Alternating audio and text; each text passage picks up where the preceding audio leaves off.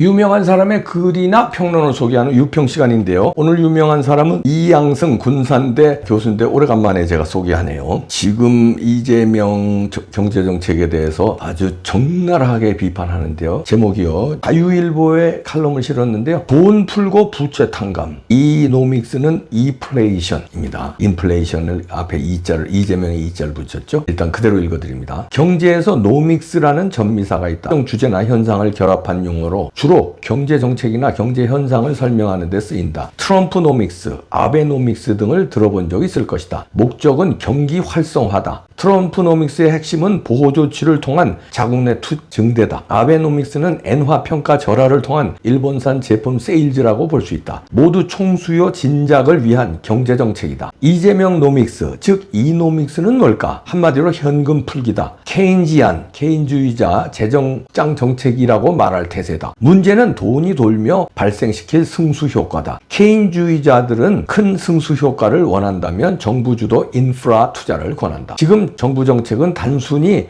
화폐량 증가에 그칠 수 있다. 선심성 부채 탕감 조치도 큰 우려를 낳고 있다. 소상공인들과 취약계층을 위한다고 하는데 도덕적 해이와 전략적 연체를 조장할 수 있다. 어려운 이들을 돕자는데 반대할 사람은 없을 것이다. 하지만 정책 설계는 인권 운동이 아니다. 이성적으로 정책의 부작용도 헤아려 볼 필요가 있다. 정부는 배드뱅크를 설립, 자영업자의 부실 자산을 인수할 것으로 보인다. 구체적인 재원 마련 계획은 빠져있다. 운영 손실이 날 게 뻔하다. 그 손실을 메우는 방법은 사실상 세금이다. 벌써부터 성실 부채 상환자들의 한탄이 쏟아지고 있다. 그들이 빚을 갚은 건 형편이 좋아서가 아니라 약속을 지키기 위해서다. 즉 신뢰다. 자본주의 바탕은 돈 같아 보이지만 실은 신뢰다. 단적인 예로 경제가 발전할수록 현금보다 신용카드를 더 자주 쓴다. 문제는 고의로 빚을 갚지 않는 배드맨들이다. 옥석 가리기, 선별이 꼭 필요한 이유다. 세금으로 배드맨들을 도와선 안 된다. 기준 없는 부채 탕감은 성실 채무 상환자들에 대한 역차별이 될 수 있고 자칫 한국을 빚 권하는 사회로 만들 수 있다. 온 국민 소비 쿠폰 또한 매우 우려스럽다. 민생 회복이란 명분으로 국민 1인당 최대 52만 원의 소비 쿠폰을 지급한다는 것인데 그 규모가 13조 원을 넘는다. 재원 확보를 위해 국채를 발행할 듯한데 그 경우 한국의 부채는 1300조 원을 넘어서게 된다.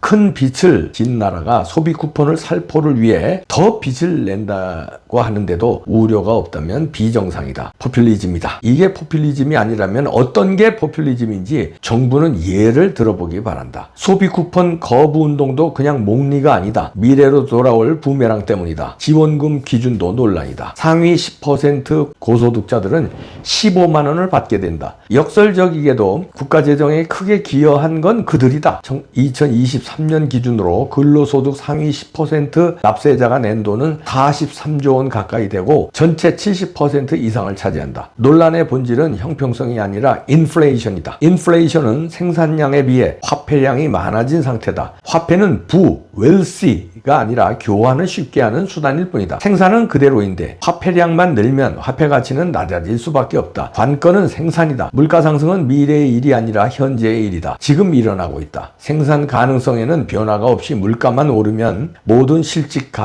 가치는 하락한다. 망국은 실질 가치 폭락 사태다. 베네수엘라가 그렇다. 문제는 포퓰리즘이고 더 큰 문제는 포퓰리즘의 전략적 압도성, 스트라테직 노미넌스이다. 한 번 포퓰리즘은 영원히 포퓰리즘인 것이다. 지금 정부 정책의 목표를 가늠하기 어렵다. 분명한 건 이노믹스는 이플레이션이다. 자, 이렇게 이양승 교수가 지적을 했는데 이양승 교수는 무역학과 교수면서요. 게임 이론으로 경제나 정치 현상을 잘 분석하는 분으로 유명한데 이재명의 돈 풀기 정책은 인플레이션을 낳는다는 얘기죠. 점잖게 학문적으로 분석했습니다. 현금 풀기. 그들은 이제 케인즈안 재정 확장 정책이라고 말할 태세라고 이제 꼬집었는데요. 벌써들 그런 말을 하고 있죠. 케인즈안이 주장했지만 케인즈안은 이게 좀 잘못된 걸 응용하는 거예요. 케인즈 학파는 현금을 풀어도 그렇게 풀으라는 게 나눠주라는 게 아니에요. 그 정부 사업에 돈을 쓰라는 거죠. 그러니까 뭐 예를 들어서 정부 주도의 공기업을 짱하다든지 우리나라에 예를 들어서 빵제철이라든가 뭐 그러니까 정부 주도로 방산업체라든가 이런 게 거기에 돈을 쓰면은 거기에 이제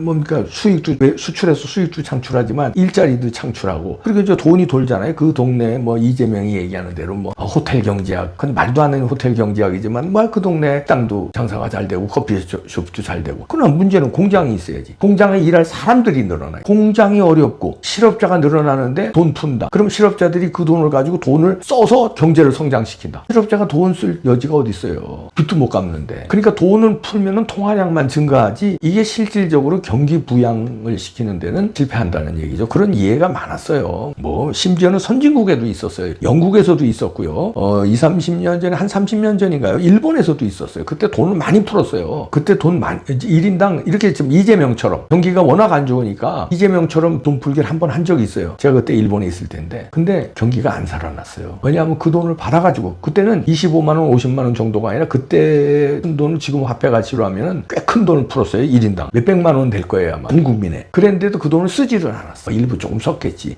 경기 부양이 안 됐어요. 통화량만 증가시켰죠. 그래서 인플레이션이 온다는 건데 저는 인플레이션이 이제 이양성 교수가 지적한 거지만 저는 스태그플레이션까지 가지 않겠냐. 스태그플레이션은 인플레이션보다 훨씬 더 나쁜 겁니다. 그러니까 스태그네이션과 인플레이션의 합성어인데 스태그네이션은 뭐 정체 뭐 이런 거거든요. 그런데 그걸 인플레이션과 합쳐서 경기가 정체되고 후퇴되는데 인플레이션까지 합치면 경기 후퇴되면서 물가는 오르는 거. 그러면은 이게 이제 최악에 가는 거지. 이게 이제 베네수엘라처럼 이제 되는 거죠. 경기 침체가 되면서 인플레이션이 된다. 고물가 상승과 실질 경기 후퇴가 동시에 일어나는 최악의 악순환, 리세션, 인플레이션 이렇게도 평가하는데 그게 스태그플레이션이거든요. 최악으로 갈 수 있다. 케인즈안을 자꾸 흉내내려고 그러는데 케인즈가요 이런 유명한 말을 했어요. 자기 정책을 잘못 이해하고 잘못 쓰면 큰일 난다는 우려와 함께 이런 얘기를 했어요. 레닌은 너희들이 존경하는 케인즈가 얘기하는 거야. 레닌은 자본주의 체제를 파괴하는 가장 좋은 방법은 통화를 파멸시키는 것이라고 선언했다. 레닌이 이렇게 선언했어요. 그걸 따오면서 얘기합니다. 케인즈가 지속적인 인플레이션 과정을 통해 정부는 자국민의 재산의 중요한 부분인 비밀리에 그리고 관찰되지 않은 채 몰래 몰수될 수 있다는 무서운 얘기를 합니다. 케인즈가요.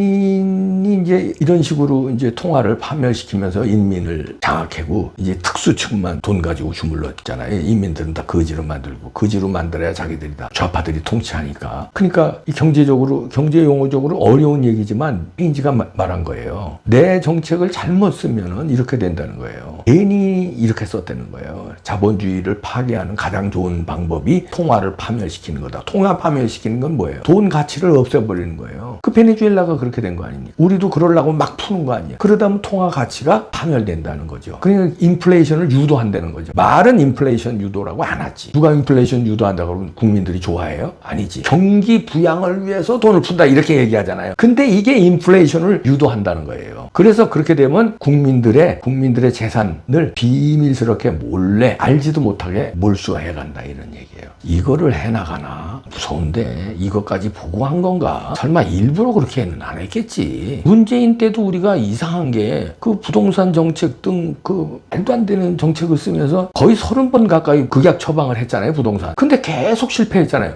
근데 그건 부동산을 잡으려고 한 게 아니라 계속 부동산을 올리려고 한 거 아니냐 우리가 그렇게 지금 생각하잖아요. 그리고 그때도 소득주도 성장하면서 이거 지금 이재명이 하는 거 비슷한 걸 하는 거예요. 소득주도 성장. 그러니까 돈을 풀면은 이제 국민들이 소득이 조금 받으면 100만 원이고 얼마고 받으면은 그 소득이 올라가잖아요. 조금 올라가는데 이건 뭐 가다가 평가랍니다. 올라가면은 돈을 쓴다. 그래서 경기가 성장돼서 선순환한다. 이런 말도 안 되는 논리를 폈거든요. 그때 가만히 생각하면 이거 전 버린 거 아닌가 그런 의심도 됩니다. 실제로 이런 작전으로 그렇게 했는지 그건 제가 알 수 없습니다. 그러나 결과적으로는 문재인 때도 경제가 어려웠잖아요. 심지어는 어려우니까 통계를 조작했잖아요. 국민들한테 속이기 위해서. 통계 조작할 정도로 경제가 엉망진창이었어요. 그놈의 소득주도 성장인지 에나발 정책 때문에. 그런데 그거 실수냐? 몰라서 그렇게 한 거냐? 오히려 알고 레닌처럼 한 거냐? 지금 이런 의심이 드는 거예요. 설마 하는데 이재명이 한술 더 뜹니다. 문재인보다. 그럼 스태그플레이션으로 지금 가는 걸 각오하는 거냐? 그래서 레닌이 말한 것처럼 인민들을 그냥 딱 국민들이 관찰할 수도 없게끔 그냥 속여가지고 싹 뺏는 거냐? 설마 그건 아니겠지? 레닌 그거 따라하는 거야? 아니 물어보는 거야? 그거 아니겠지? 몰라서 지금 이렇게 돈 풀게 하는 거지? 그런데 스태그플레이션 가면은 복잡해진다. 순식간에 어려워져. 지금 직전이에요. 스태그플레이션 징조가 막 나타나고 있어요. 물가 못 잡는데 조금씩 물가가 올라가는 소리 막 들리잖아요. 지금 잡는 듯한 윤석열 정부 들어와서 잡는 듯 했어요. 3년 동안에. 어느 정도 잡아놓는 듯 했더니 다시 지금 물가 뛰면서 경기는 안 좋아져요. 근데 이거는 안 좋아지는 걸 윤석열 정부 탓을 하지. 계엄 때문에 경제가 안 좋다.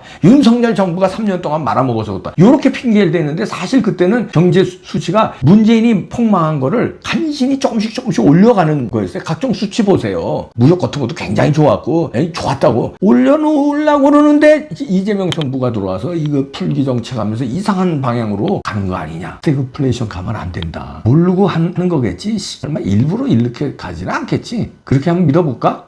내가 바보라고? 이거 이상한데.